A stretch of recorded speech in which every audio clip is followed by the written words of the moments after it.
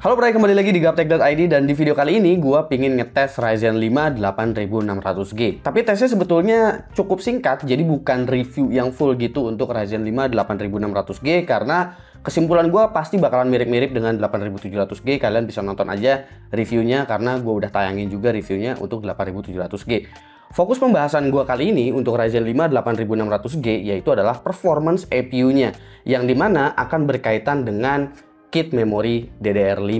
Jadi, gue bakalan bikin pengujian singkat di mana gue bakalan ngebandingin kecepatan memori standar DDR5 yaitu adalah 4800 MB transfer per second dengan kit memori yang punya rating profile yang cukup tinggi di 7200 MB transfer per second.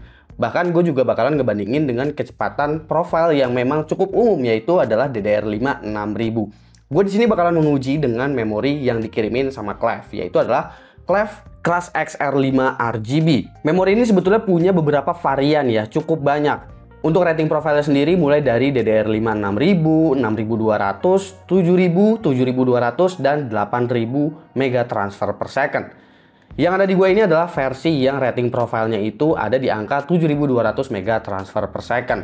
Yang menarik dari memori ini adalah dia udah punya dukungan dual profile. Jadi udah ada profile XMP 3.0 dan juga AMD Expo untuk dukungan profilnya. Dan kedua profilnya ini punya rating yang sama di 7200 MB transfer per second. Gak cuma kecepatannya aja yang tinggi, tapi timingnya juga ini ternyata cukup ketat loh. Karena dia ada di angka CL36, 46, 46, 82 dengan voltage di angka 1,4 volt. Jadi sebetulnya Cleve Crush XR5 ini memang bukan varian memori yang kelasnya itu bener-bener basic, tapi udah cukup advance. Karena dari segi kapasitas pun, memori ini nggak ada yang 16 GB dual channel. Semuanya start dari 32 GB dual channel, ada yang 48 GB dual channel, hingga 64 GB dual channel. Tapi untuk versi 7200 MB transfer per second atau DDR5 8000 itu nggak ada yang 64 GB ya. Jadi mentoknya hanya di 32 GB dan juga 48 GB. Cleve sendiri nggak mengklaim IC yang dipakai sama kit memori ini tuh dari mana. Tapi kalau gue cek melalui CPU Z, gue nggak ngecek melalui software yang lain sih. Jadi gue nggak tahu ini IC-nya sebetulnya spesifiknya tipe yang mana, tapi yang gue dapetin itu brandnya OEM-nya itu dari SK Hynix ya untuk IC-nya. Tapi untuk tipe yang mana SK Hynix-nya itu gue masih belum tahu karena pengujian di sini juga gue bukan pengen melakukan manual overclocking kok karena ratingnya udah cukup tinggi. Gue pengen menunjukkan aja scaling performance-nya si Ryzen 5 8600G yang bakalan kita uji nanti. Kalau kita menggunakan memori dengan kit XMP atau Expo yang setinggi ini, kira-kira dia bakalan naik seberapa jauh performance-nya. Memori ini juga udah ada RGB-RGB-annya, yang dimana RGB-RGB-annya ini udah mendukung untuk sync ke beberapa vendor motherboard, khususnya ke 4 brand ternama sih, seperti Asus, Gigabyte, MSI, dan juga ASRock. Di situs Cleve sebetulnya udah disebutkan motherboard yang memang kompatibel dengan hasil pengujian internal mereka. Meskipun itu belum semua motherboard ada di listnya Cleve ya, bahkan termasuk motherboard testbed yang bakalan gue pakai yaitu adalah X670E Aorus Master. Itu belum masuk ke dalam list dari internal testing di Cleve ini ya. Tapi dalam pengujian gue dengan X670E Aorus Master itu memorinya bisa berjalan dengan stabil dan baik-baik aja. Jadi perhatiin aja QVL list yang ada di vendor motherboard bukan di vendor memori. Gua rasa sih kayak gitu. Terutama jika kalian ingin menggunakan rating yang setinggi ini di 7200 MB transfer per second. Kalau DDR5 6000 sebetulnya ya hampir semua motherboard DDR5 zaman sekarang itu udah gampang banget untuk jalanin DDR5 6000 MB transfer per second. Dan untuk pengujiannya tentu gue bakalan menggunakan testbed ini ya, yaitu adalah X670E Aorus Master. Tadinya gue pengen nyari motherboard yang 2 DIMM biar bisa melakukan manual overclocking lebih tinggi ya. Tapi sepertinya gue rasa cukup-cukup aja karena ini udah mewakili juga lah untuk kalian yang mungkin berencana ambil yang versi DDR5 6000-nya dan pingin coba untuk naikin ke 7200 MB transfer per second. Oke, kalau gitu langsung aja kita lihat performance dari Ryzen 5 8600G ini menggunakan RAM dari Cleve XR5 RGB dan gue bakalan bandingin dengan DDR5 4800 itu jalan di CL40, lalu untuk DDR5 6000 nya sama-sama jalan di CL36 alias timingnya sama seperti 7200 ini. Oke, buat pengujiannya gue bakalan mulai dari benchmark sintetik terlebih dahulu seperti 3D Mark. Dan di sini adalah graphics core dari Trademark Firestrike. Sekali lagi, gue nggak melakukan overclocking untuk APU clocknya. Jadi untuk GPU-nya itu gue jalanin default aja. Cuma memorinya aja di sini konfigurasinya yang berbeda. Kalau kita ngelihat dari graphics core Trademark Firestrike di sini, DDR5 4800 CL40 punya skor di sekitar 6500-an. Sementara untuk DDR5 7200 CL36 itu dia meningkat menjadi 7732. Skornya meningkat sekitar 1200-an gitu ya. Yang berarti di sini peningkatannya itu hampir 20%. Tapi jika dibandingkan dengan DDR5 6000 CL36, selisihnya tuh nggak terlalu jauh, jadi nggak beda sampai 10% gitu. Jadi menurut gua DDR5 6000 CL36 kayaknya masih cukup ideal nih untuk 8600G. Lalu jika gua ngecek melalui Trademark TimeSpy, dalam kondisi default DDR5 4800 CL40 itu graphics core-nya ada di angka 2376. Pakai DDR5 6000 CL36 dia naik jadi 2600 sekian, naik sekitar 10% lah ya. Lalu ketika memorinya pakai DDR5 7200 CL36, graphics core-nya naik menjadi 2803, naik lagi 200 poin dari DDR5 6000 CL36. Yang berarti di sini juga peningkatan itu hampir 20% jika kita ngelihat melalui benchmark sintetik. Nah, untuk pengujian gamenya, gue juga nggak masukin terlalu banyak-banyak ya untuk pengujian gamenya di sini. Ada beberapa aja, contohnya seperti Cyberpunk 2077 resolusi 1080p dengan FSR 2.1 quality. Di sini untuk Radeon 760M-nya, jika gue menggunakan DDR5 7200 CL36, mendapatkan rata-rata 55 FPS, angka yang udah sangat-sangat baik untuk sebuah Radeon 760M ya, apalagi ini Cyberpunk 2077. Nah, kalau kalian pakai DDR5 4800, sebetulnya FPS-nya juga udah lumayan.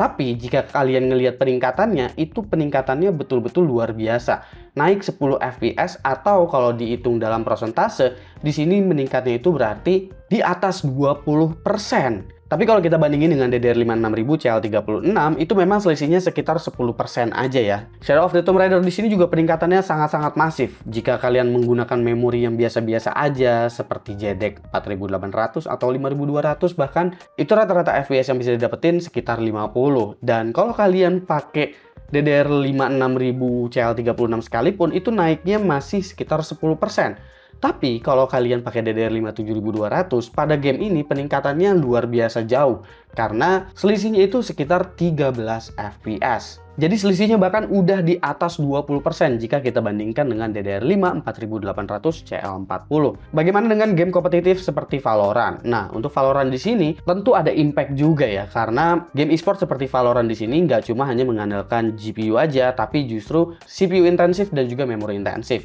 Jadi kalian bisa ngelihat sendiri juga bahwa ketika pakai DDR5 4800 itu rata-rata FPS sebenarnya udah cukup tinggi 255, tapi kalau kalian pakai DDR5 7200 CL36 itu dia langsung naik di atas 300. Selisihnya nggak terlalu berbeda jauh dengan DDR5 6000 CL36. Lalu game AAA terakhir nih yang gue masukin di sini ialah The Last of Us Part 1.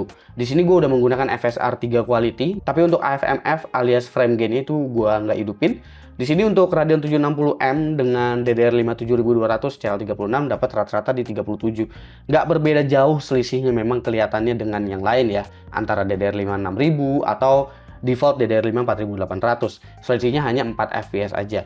Tapi angka 4 FPS ini juga sebetulnya udah di atas 10%. Tapi ini peningkatannya memang cukup kecil pada The Last of Us Part 1. Oke, kita masuk di bagian kesimpulan ya. Kalau gua harus bicara soal harga nih untuk kit yang 7200, sebetulnya harganya memang tinggi, tapi udah mulai masuk akal. Karena untuk rating 7200 mega transfer per second, yang dimana itu sangat tinggi, cukup tinggi lah bisa dibilang, itu sekarang harganya udah di bawah 3 juta rupiah. Tapi semisal kalian ingin melakukan tweak manual ke 7200, sebetulnya gua rasa kalian bisa ambil versi DDR5 6000 aja. Karena kalau gua cek Clevcrash XR5 ini di marketplace untuk yang DDR5 6000 harganya bahkan udah di bawah 2 juta rupiah, sekitar 1,8 sampai dengan 1,9 juta rupiah. Jadi gua rasa yang paling value itu ada di bagian DDR5 6000-nya. Cuma dengan catatan jika kalian performasinya pingin sekencang tadi, ya kalian harus melakukan manual tuning lagi, melakukan manual overclocking lagi.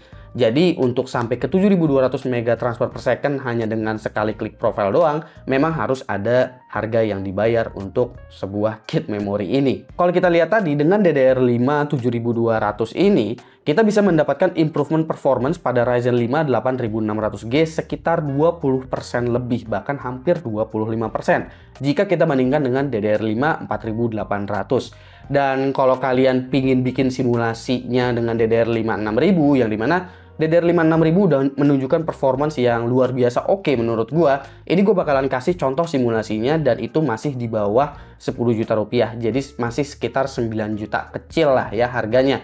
Tapi masalah dari Ryzen 5 8600K ini sebetulnya bukan di harga kit memori atau di harga motherboard. Harga kit memori dan motherboardnya menurut gua udah sangat-sangat fine. Tapi harga dari Ryzen 5 8600G memang masih ada di angka sekitar 3,8 juta rupiah, yang dimana itu sebetulnya adalah angka yang cukup tinggi menurut gua untuk sebuah 8600G. Karena sebetulnya jika kalian nambah budget lagi sedikit dari simulasi rakitan yang tadi, itu kalian bisa mendapatkan rakitan PC dengan discrete GPU seperti RTX 3050 6GB, atau bahkan kalian bisa mendapatkan RX 6600 8GB.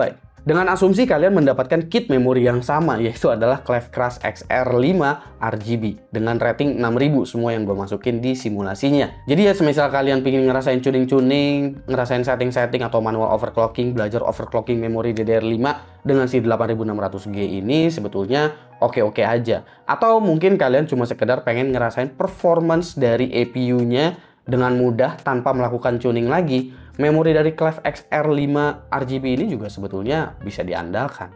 Jadi semoga video ini bisa bermanfaat untuk kalian buat yang lagi nyari performance untuk Ryzen 5 8600G, khususnya untuk performance gamingnya. Silahkan komen di bawah dan kasih pendapat kalian masing-masing. Jangan lupa subscribe, gue Subki, dan seperti biasa sampai jumpa di lain kesempatan.